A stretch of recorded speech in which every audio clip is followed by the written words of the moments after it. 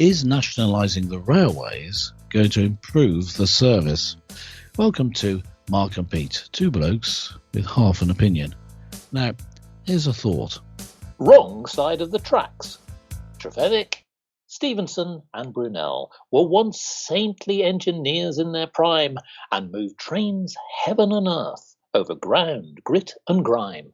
From steam to diesel and electric, God's wonderful railways saw a rapid climb, but now they become a hell of a journey and a devil to arrive on time.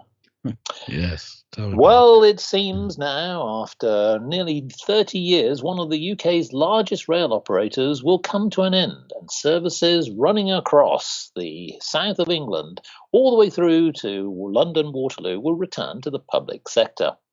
So, Mr. Pete, I ask you, Southern Western Railway, which is now South Western Railway, will return to the public sector next May 2025. What, in your opinion, do you think this will make a difference to passengers? Well, the thing is, I think it will make a difference. The question is whether it's a good one or a bad one. Now, look at passengers and this renationalisation, as it's a very public, making it very public again, there's going to be money put into it, isn't there? So, oh yes, I think it would be on.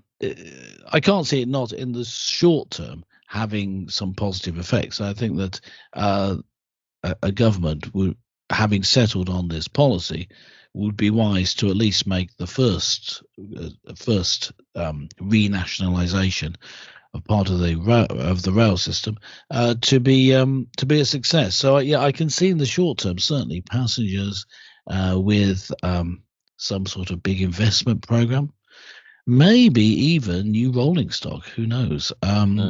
Will make it a success. Of course, in Britain, this is especially poignant. They need to get the unions on board. Well, quite right.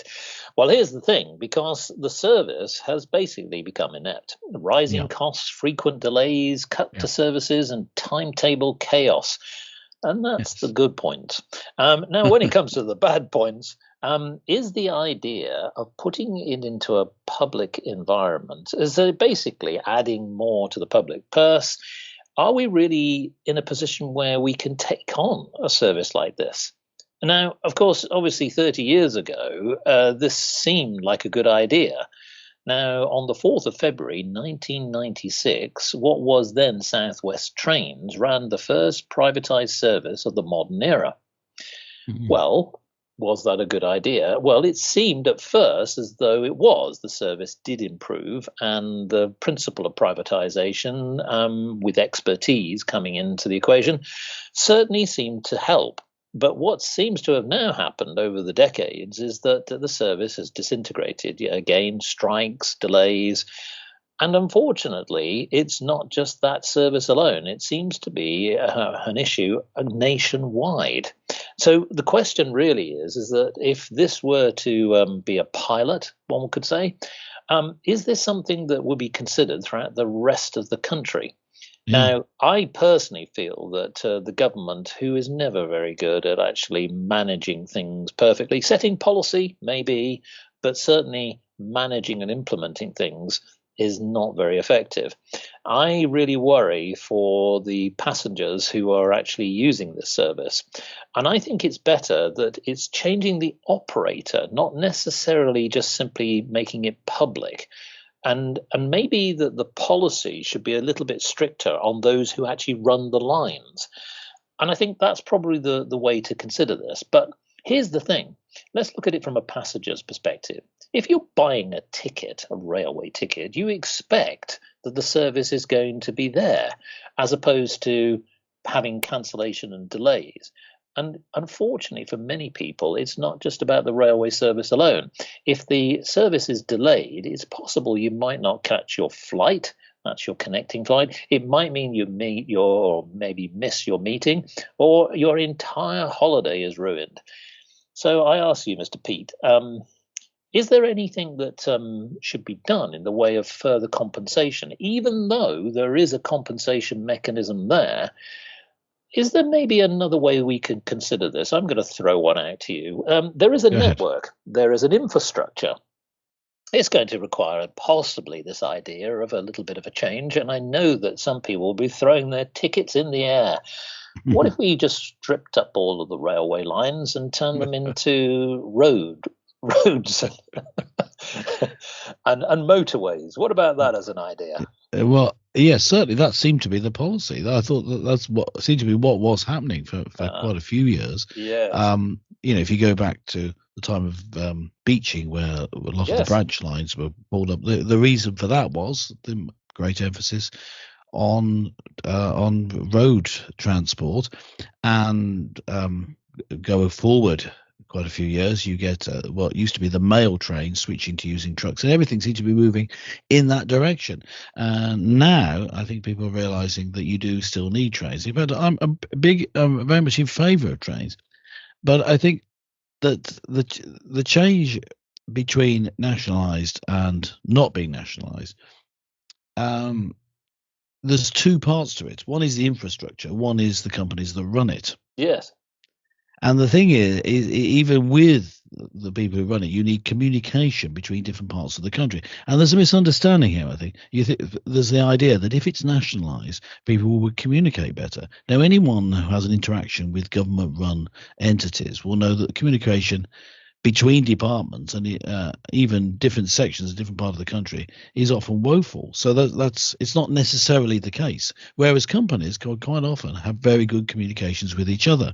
And it's the outcome that passengers are interested in.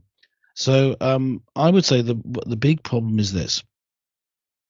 What's needed is to make railways, to your point about should you rip it up and have cars and road transport instead, you need to go one way or the other. You need to decide, do we want railways to work? If we do, we need massive investment, and we need those branch lines back. You need to be able to get to where you want to go, or at least close enough to it that you can have a short taxi ride or a walk. You can't go to the center of a city and then make your way in a different way. It just doesn't work like that. That's what we've found over time. That's why railways have ended up not having the big bucks poured into them, because people stop using them. And so, I think it needs a complete rethink. I don't think this is going to change things for the better in the long term. I sort of indicated this route, and this was one of the ideas potentially for the future. So if you think the infrastructure of railway lines and the service that we have today, some people may be extremely frustrated with it. And I think you're right that whatever happens, there's going to need to be investment. We don't have that problem where, if you have a vehicle and you're able to get to work easily, that's fine. Most people can go about freely and choose when they want to go. When you're with a particular service provider, like a railway line, you have to follow a given timetable. And if that timetable is basically not met, then your entire journey is fraught with issues. But here's the thing about the long term. If we are looking to go towards more vehicles that are electric, but that's the government's policy, effectively, to reduce down our carbon emissions, etc., well, what would the future look like? What happens if we had these automated vehicles, instead of them being trains, they were actually vehicles? And if you look at the future, say in the next 50 years, 100 years, is that something that could be practical? Now, it's possible if the actual vehicle and the infrastructure was integrated to the existing road network. Well, okay, some people might say that's a glorious vision of a very strange and dystopian future. I don't think so, because at the end of the day, the railway service doesn't meet the public's requirements. That's the point, because what's happening is, no matter what you do with it, the current structure of a carriage and the way that it is structured with leaves on the line and many other different things, it just simply doesn't work. Here's the other thing. It's getting extremely expensive. So, as I'm sure that many of our listeners will know, wherever you are in the world, the rail tickets go up year after year after year, to the point where it pushes people back into the car. Or, here's the other thing, the demand from those workers to work from home. because it's just too expensive to use public transport. Yeah. So, one side has to balance with the other. Now, here's the thing. The Passenger Railway Services, that's the Public Ownership Act of 2024, which was recently passed, allows the government now to act on its manifesto promise to take the railways back into public ownership. And if they were to do that, that would mean that every time a franchise, as a private franchise, runs out because they have a term contract, it means now that there is law where the government has the option to take it over.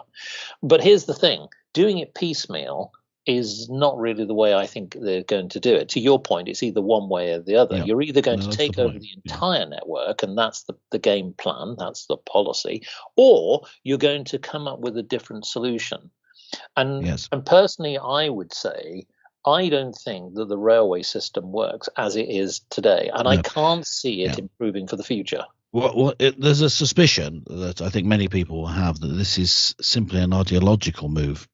It's power play. Well, the left wings are here now, so we're going to renationalise. Of course, it will bring up in people's minds the memories of British Rail, bad memories of British Rail. In fact, British Rail and the British Rail pork pie. Yes, the standards there were pretty low in terms of the service, as in your experience on the train. It'd be interesting to see an analysis about how many trains were cancelled in those days and whether there was more. I suspect it was less, but without actual data, I don't know. I suspect that it is an ideological move. Certainly, it will please the base, of the socialist wing of the Labour Party, and so it may shore up support for them. So it's probably a good move in that way, and it was a manifesto pledge. So I suppose you could say, fair enough, they won a general election. But even though we and Mark and Pete were not socialists, we're not necessarily against nationalising. It's just that, as your point you made, Mark, it's not going to actually do anything. It's not, as in a question of our episode title, it's not going to actually make it better for the passengers. And that's the crucial point here. What is the outcome? Well, it's not really going to change that much, is it? No. Well, here's the other thing as well, because the Southwestern Railway employees, there are over 5,000 of them, will all transfer to the government's own train operating company, effectively being basically paid and supported by the government, yet more public workers. Now, we already know that the government has already laid out its plans to say that if you have an effective public service, that you would effectively build a foundation to build on your economy. Now, to me, that sort of in theory makes sense, but in practice doesn't. Why? Because it actually takes far too long to actually really get going. And more importantly, that doesn't generate business. What it does is it just simply stifles entrepreneurialism. And again, I come back to, here's a thought, government. What if you were to have a grand plan, which is either so that you can offer new licenses to, if you wanted to go one way, which is that you offer it to new organizations to run the railway service, and effectively they pay a license fee. It's a bit like, when you have people who are phone operators or broadband operators, they had to pay a contract.